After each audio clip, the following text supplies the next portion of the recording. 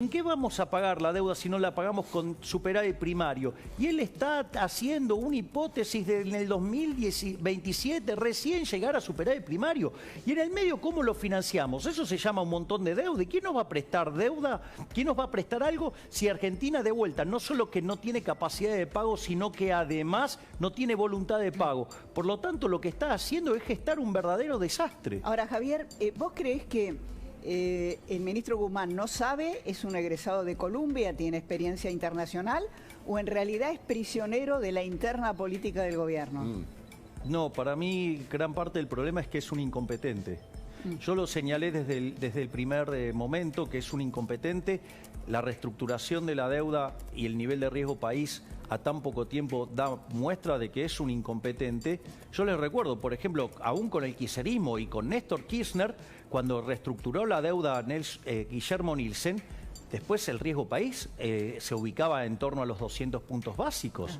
Entonces, claramente, esta persona no es apta para el cargo. Además, continuamente hace una defensa de la casta política porque él, por ejemplo, cuando él asumió dijo, bueno, que no iba a haber ajuste y estaba hablando de los impuestos. Para él, digamos, que haya o no ajuste tiene que ver con tocar el gasto público. En el fondo, si no se toca el gasto público, quiere decir que el que castiga es al sector privado. Y el sector privado es el que genera riqueza. Por lo tanto, castigar al que genera riqueza, esto, digamos, va a conducir a un desastre. Y esto vale también la pena señalar que le quede claro a algunos miembros de la oposición. Porque hablan de que hay que ajustar a lo que sea. Me parece que se están equivocando algunas personas de la oposición. En el medio hubo una discusión, porque mucho se habla de economía, la economía doméstica, el darle a la maquinita de hacer billetes, la posible devaluación, el dólar, el acuerdo con el fondo, y en el medio una discusión política entre Esper y Pichetto, ¿no, Ezequiel? Así es, me gustó que le digas Pichetto.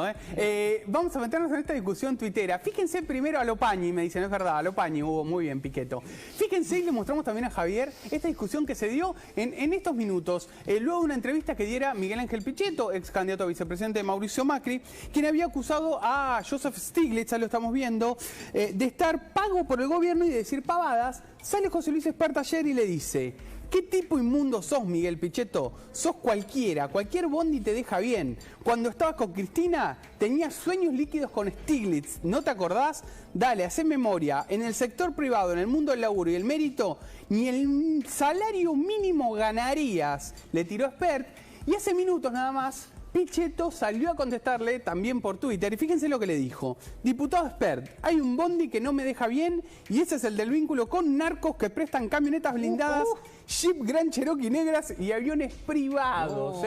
Debajo de la línea se tiraron entre Espert y Miguel Ángel Pichetto. Lo veo a Javier Milei abriendo los ojos. Está mirando y no puede creer. Porque anonadado, Milei. Porque él siempre utiliza algunos adjetivos y metáforas muy jugadas, Javier Milei, todos lo conocemos. Pero me parece que acá un poquito más, ¿no? Se ve superado, Javier.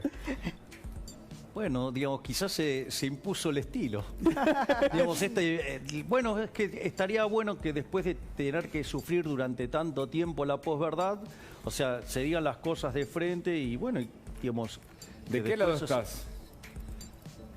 Digamos, me parece si hay un lado correcto. No, ahí me parece que hay cosas muy complicadas y que, digamos, y que de última lo resuelva la justicia. Me parece. Pero vos tenés con Pichetto una mirada negativa como tiene Espert, Javier, o tenés una mirada más benévola con algunos conceptos, con cómo es Pichetto. Yo, digamos, en algunas cosas me parece que tampoco se puede estar juzgando a las personas por todo lo que se equivocaron en el pasado. O sea, también las personas pueden cambiar y hacer mejoras. O sea, pero bueno, eso va en cómo lo ve cada uno. Ahora, básicamente es una polémica que no aporta nada, es decir, ni aporta al futuro ni a las soluciones, es más un chicaneo, ¿no? Un chicaneo. Por eso, digo, me parece que hay que ponerse por encima de esas cosas. Bien, ¿no? Exacto, ese es el punto que estaba tratando de hacer claro. Me parece que, digo, esto de las chicanas, o sea, mucho nos suma y la verdad es que hay que ver, digamos, cómo hacemos para salir adelante y de qué lado se pone un grupo y de qué lado se pone. Digo, o sea, yo tengo una visión de que hay que rediseñar la política en la Argentina y que los colectivistas tienen que quedar de un lado y, digamos, los que defendemos la libertad del otro. Y si algunas personas evolucionan hacia el lado de la libertad, mejor, y ampliamos la oferta electoral para evitar seguir hundiéndonos en esta miseria a la que nos están llevando los colectivistas. Sí. La verdad que este tipo de cuestiones, o sea, a mí, digamos, o sea, yo de hecho, no, si ustedes se fijan, digo, yo contesto de cosas muy directas, pero digamos, no ando dando vuelta con chicanas. Claro, y muchos dicen que tu fuerza va en crecimiento. Una última encuesta dice que ustedes están terceros luego de la coalición gobernante y segundo, por supuesto, Juntos por el Cambio, o a la inversa. Me parece que a la inversa, en este caso, Opinaya era el que determinó que ustedes están en un tercer lugar. ¿Esa aspiración es presidencial o están muy lejos con tu fuerza? ¿O puede haber algún acuerdo con un sector de Juntos por el Cambio de cara al 2023? A ver, nosotros tenemos un primer objetivo que es llevarle a todos los argentinos una oferta liberal en el 2023. Eso es un dato cierto, concreto, y nosotros trabajamos por esa idea. Ahora, eso es una situación. Después, ¿cómo se va a dar el equilibrio político de cara a las elecciones en función del desastre por el cual está transitando la economía argentina y que todo pareciera ser que vamos a una situación aún muchísimo peor? Porque recordemos de vuelta, el equilibrio que hoy muestra Argentina es aún peor que teníamos en la previa al Rodrigazo, pero con 10 veces más de pobres. O sea, la situación es muy complicada. No es tolerable. Claro. No es tolerable. Exactamente. Socialmente no es tolerable. Entonces, la realidad es que uno no sabe en qué, digamos, puede derivar una crisis económica de semejante magnitud en términos políticos. Entonces, lo que uno tiene que hacer es trabajar para generar una oferta, ¿sí?, que sirva para que Argentina salga de esta miseria. Y para eso es una construcción, y hay personas con las que uno puede estar de acuerdo y con otras con las que nunca voy a estar de acuerdo. Claro, bueno, interesante porque hay personas con las que podés reunirte y estar de acuerdo y formar un acuerdo. Entre ellas sabemos que es Patricia Bullrich. Ahora volvemos a la economía, porque hay una cuestión política y va todo encadenado en esta Argentina que tiene relación con la marcha convocada por Luis de Lía, pero que también es apoyada por un sector del gobierno contra la justicia. Recordemos que son varios capítulos para ir desagregando de esta historia. La visita de Guado de Pedro y la ministra Elizabeth Gómez Alcorta a Milagro Sala, que está condenada por causa de corrupción. Lo que dijo Alberto Fernández sobre la Corte, la visita de Soria al Tribunal Supremo, lo que dijo Mena de Lía y los detalles de lo que va a ser una marcha para el 1 de febrero, Ezequiel.